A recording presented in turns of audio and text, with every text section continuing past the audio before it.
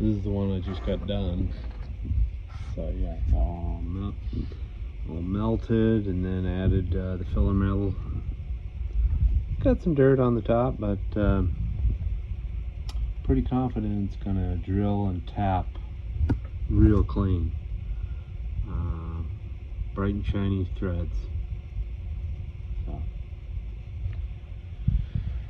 all the air came up, and I mean, there's always a time where, you know, you'll get one or two little bits of porosity, but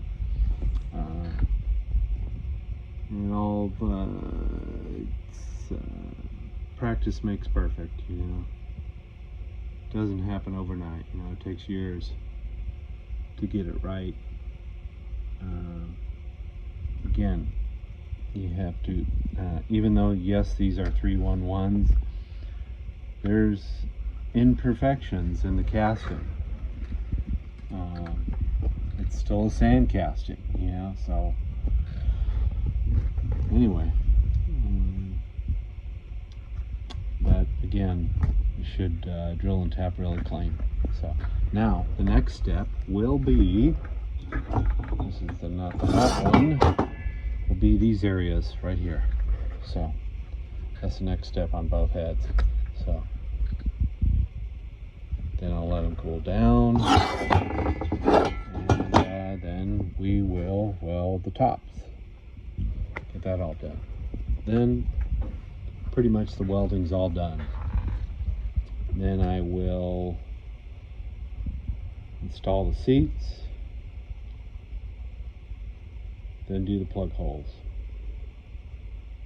I've done them either way, you know, plug holes first, then seats, but yeah, so.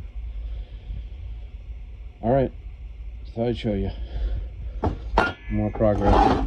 Again, 44 by 37.5 race heads, welded race heads, 311s, type 1, 200 plus horsepower models.